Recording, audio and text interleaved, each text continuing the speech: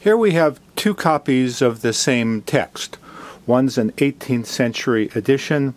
The other one is on the Library of Congress's American Memory website. It's a virtual copy of the physical book. What's the difference, if any, between the two? Oh, of course, one's in hard form, and the other one is visible only on a computer screen. But other than that, are there any differences? This is actually a war that's going on now between the text people and the object people. Some feel that the text is fine in any form. It doesn't matter how you get the text of an antique book, just as long as you get it. Others feel, well, no, there's differences between the objects and what they offer. So let's talk about that. This is a book on choreography, on dance, by Mr. Malpais. It was done in about 1770s, Trait sur l'art de la danse. And it is a book of choreographic instructions engraved, which I'll show you.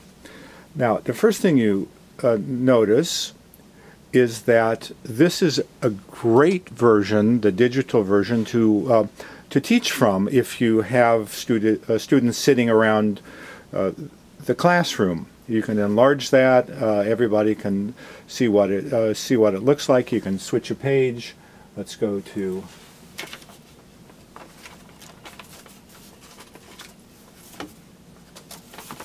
page 106. And we'll go to 106.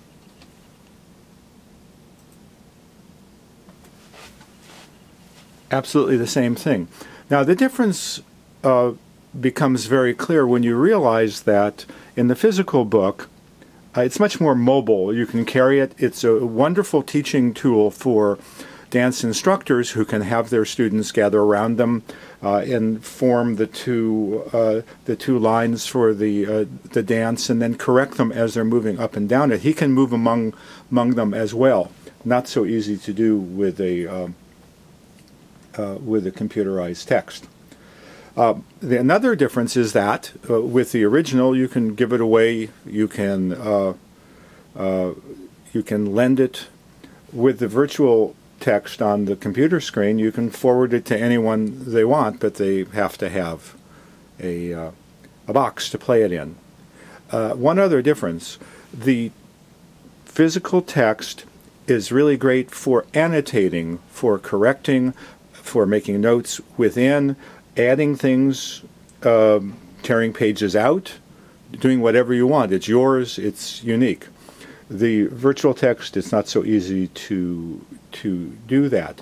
The problem is that with this text, it's been rebound in the 20th century, and all the pages have been wonderfully cleaned, so that we can't really see which ones have been used by dance teachers in the past.